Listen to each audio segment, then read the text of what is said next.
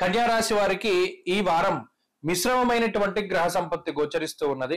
షష్ఠ స్థానమందు శని రవులు యోగిస్తూ ఉన్న ఈ వారాంతంలో రవి యొక్క మార్పు ద్వారా రవి యొక్క బలం కూడా కొంత తగ్గుతుంది. శనేశ్వరుడు యోగిస్తూ ఉన్నారు. నవమ స్థానమందు గురుడు యోగిస్తూ ఉన్నారు. చంద్రుడు ప్రధానంగా ఈ వారంలో అనుకూలించేటువంటి గ్రహంగా చెప్పవచ్చును. జన్మకేతువు, సప్తమ రాహువు, సప్తమ బుధుడు, సప్తమ శుక్రుడు కూడా మిశ్రమమైనటువంటి ఫలదాతలు. కాబట్టి కన్యా రాశి వారికి ఈ గ్రహస్థితి ఎలా ఉంటుంది అంటే సర్వసాధారణంగా వెళ్ళిపోతుంది. ఎక్కడ వీరిని ఈ గ్రహస్థితి ఇబ్బంది పెట్టదు.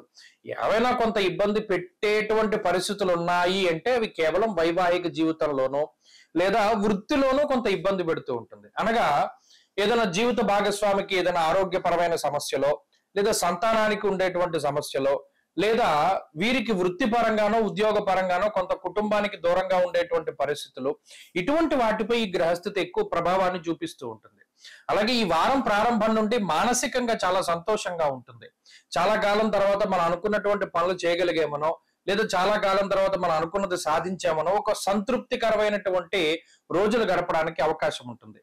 అలాగే ఆరోగ్యపరమైనటువంటి ఇబ్బందులు ఏవైతే గతంలో ఉన్నాయో వాటి నుండి రికవరీ కాగలుగుతారు. అనారోగ్య సమస్యల నుండి రుణ బాధలు మనం తగ్గించుకోవాలి, లేదా ఏదైనా ఒక వస్తువు కొనాలి అంటే దాని మీద మీ దగ్గర ఉండేటువంటి ధనం తక్కువ, రుణం కోసం ముందుకు వెళ్ళేటువంటి పరిస్థితుల్లో ప్రభుత్వ పరంగానో లేదా మరేతరత్ర అవకాశాలు ఏదైనా రుణాలు పొందేటువంటి మార్గాలు ఉన్నాయి. వాటి ద్వారా చక్కగా ధన ప్రాప్తి అనేటువంటిది కలుగుతుంది. ఏదైనా అప్పు చేసి ఒక స్థలమో పొలమో ఇల్లో వాహనమో బంగారమో ఏదో ఒకటి కొనుగోలు చేయగలుగుతారు.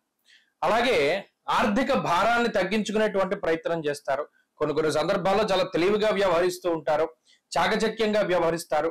మాట పట్టింపులు తగ్గించుకునేటువంటి విధంగా ఈ రాశి వారి యొక్క తీరు ఉంటూ ఉంటుంది. ఎందుకులే గొడవలు పెట్టుకోవడం, గతంలో అంటే మనం ఆ పరిస్థితుల్లో ఉన్నాం కాబట్టి అగ్రెసివ్ గా వెళ్ళాం కదా, ఇప్పుడు అటువంటి పరిస్థితుల్లో మనంతా కోప్పడవలసినటువంటి వాతావరణం లేదని సామరస్యపూరితంగా ముందుకు వెళుతూ ఉంటారు. కుటుంబ సభ్యులతోటి, స్నేహితులతోటి, బంధువులతోటి అందరితోనూ కూడా చక్కగా మితంగా మాట్లాడుతూ ఉండేటువంటి పరిస్థితులు ఉన్నాయి. ఏకాంతంగా ఉండాలి అనిపిస్తూ ఉంటుంది.